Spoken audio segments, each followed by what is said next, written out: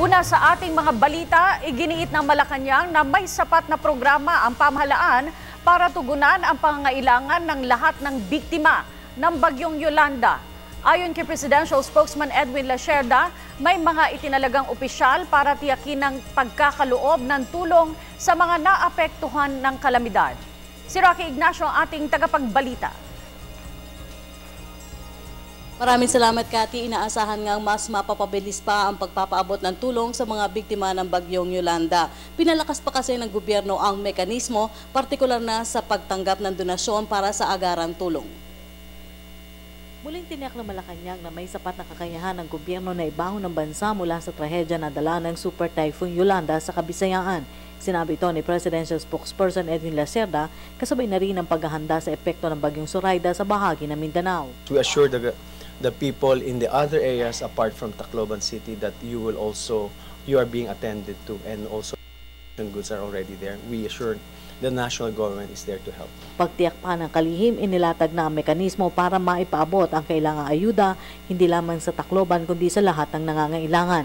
Kabilang na dito ang pagtatalaga ng mga opisyal at tanggapan para sa mga nais magbigay ng cash donations sa DSWD, habang ang DFA ang mga ngasiwa sa foreign aid. Hindi anya dapat pagdudahan kung mapupunta ang tulong sa tunay ng mga biktima dahil may sariling accountability systems ang mga bansang nagpapaabot ng tulong. May 28 ng mga bansa na bigay ng ayuda sa Pilipinas. We know that we are not alone, and like I've said, with the direction of the President telling, sa sinabi niya kagabi, let's be calm, let's pray, and let's coordinate among and cooperate amongst ourselves, and together with the international assistance that have been given to us, we will prevail and we shall overcome this tragedy.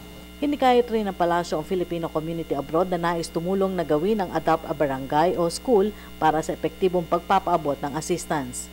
This is just a suggestion, not necessarily policy, but if you're from Tacloban, you would like to adopt a barangay hall, you would like to adopt a public school, maybe those are ways where you can help our country down the road and help your community, and instead of contribute cash for a particular project, and that would also be good for us.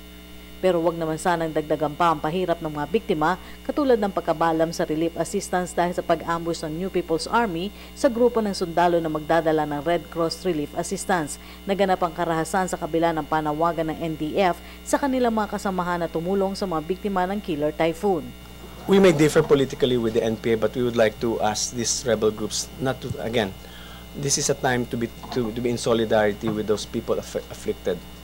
Those people affected, and may we ask those who are not in the same views that we have